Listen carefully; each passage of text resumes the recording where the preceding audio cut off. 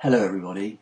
Today is the day of Thanksgiving for Holy Communion, sometimes known as Corpus Christi. This year especially, we've all become aware of the importance of this sacrament to us because we've not been able to share in it together. A friend tells the story of a large Sunday lunch with the extended family of grandparents, uncles and aunts. As the gathering tucked into the Sunday roast with gusto, the youngest child suddenly piped up, "I know what you drink in church." After a moment of bemused silence, the child's mother gently inquired, "You mean the coffee after the service?" "No," insisted the child, "in church." "Ah," said Grandad in a moment of enlightenment, "you mean the wine at the altar."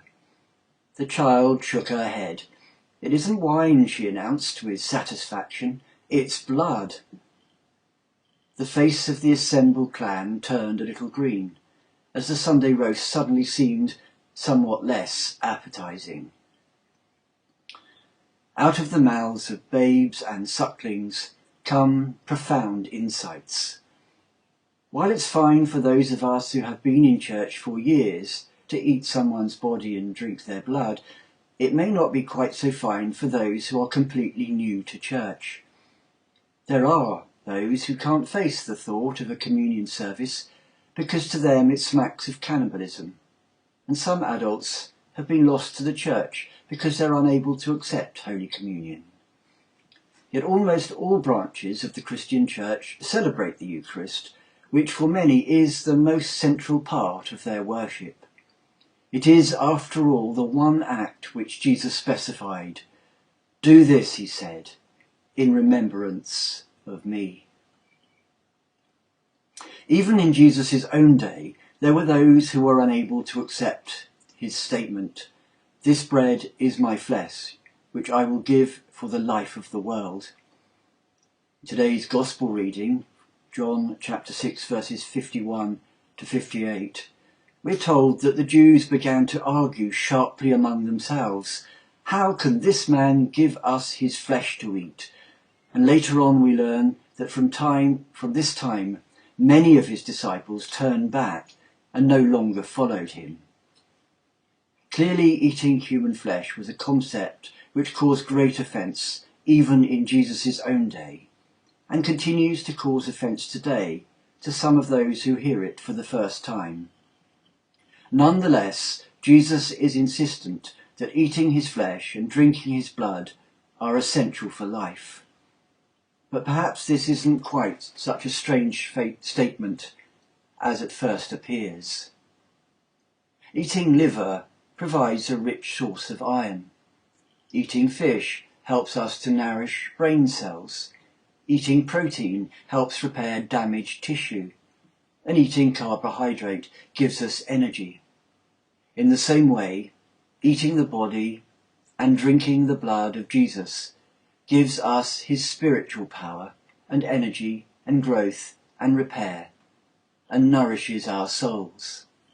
When we ingest food, it's processed within the body and becomes part of us, replacing and renewing the different cells in our bodies. In the same way, when we ingest Jesus, he becomes part of us, renewing and replacing the spiritual cells in our souls.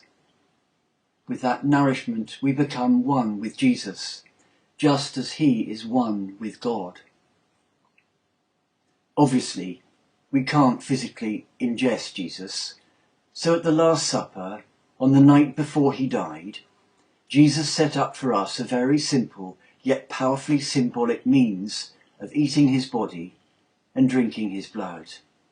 He told his friends to take two staple elements of their diet, bread and wine, and remember him every time they used these foods.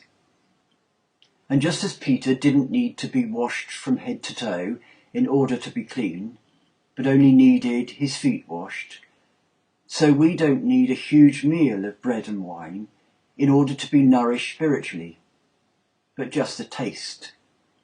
God is within every human being through his Spirit, And the eating of bread and drinking of wine makes a powerful statement to that effect.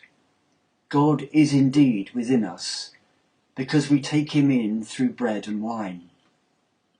The marvellous value of the Eucharist is that it nourishes our souls without us doing anything. All we have to do is to receive it. Whenever we receive the bread and the wine, then we receive God's blessing. New strength and vibrant new life is waiting for us. Jesus experienced it as resurrection, and we too can begin to taste it through the Eucharist. I long for the day when we can gather again in our churches and celebrate Holy Communion together.